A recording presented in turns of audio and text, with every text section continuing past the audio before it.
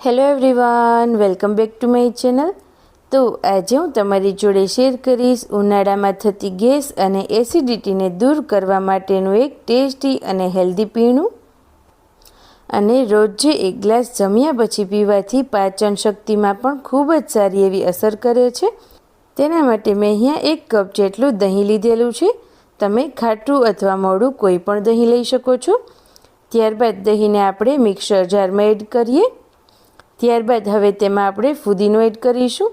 આ રીતે હાથ વડે જ કટ કરી અને ફુદીનો એડ કરીએ, જેનાથી આ ડ્રિંકનો ટેસ્ટ ખૂબ જ સરસ લાગશે। ત્યારબાદ હવે આપણે તેમાં એડ કરીશું અડધી ચમચી જેટલો શેકેલા જીરાનો પાવડર અને અડધી ચમચી જેટલો સંચર પાવડર। હવે આપણે બધું જ સરસ રીતે ક્રશ કરી દઈએ।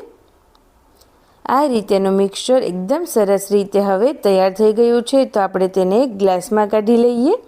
આપણે તેમાં પાણી એડ બિલકુલ નથી કરવાનું। ગ્લાસમાં એડ કર્યા બાદ તેમાં સ્વાદ અનુસાર કે ચપટી જેટલું નમક એડ કરીશું અને અડધી ચમચી જેટલું ધાણા જીરું પાવડર। હવે આપણે બંનેને સરસ રીતે મિક્સ કરી દઈએ। આ બધી જ સામગ્રીઓ ઉનાળામાં શરીરને ઠંડક આપે છે। ત્યારબાદ એમાં થોડા આઈસ ક્યુબ્સ એડ કરીશું અને લાસ્ટમાં આપણે તેમાં સાદી સોડા એડ કરીશું, જેથી ગેસ, અપચો, એસિડિટી જેવી દરેક ઉનાળામાં થતી બીમારીઓ દૂર થઈ છે।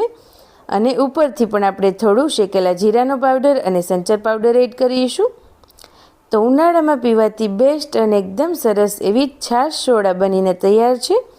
તો જો તમે આ રીતે ઘરે ક્યારેય ટ્રાય ના કરી હોય તો એક વખત જરૂરથી ટ્રાય કરજો, અને તમારા બધા જ ગ્રુપમાં આ વિડીયોને જરૂરથી શેર કરજો।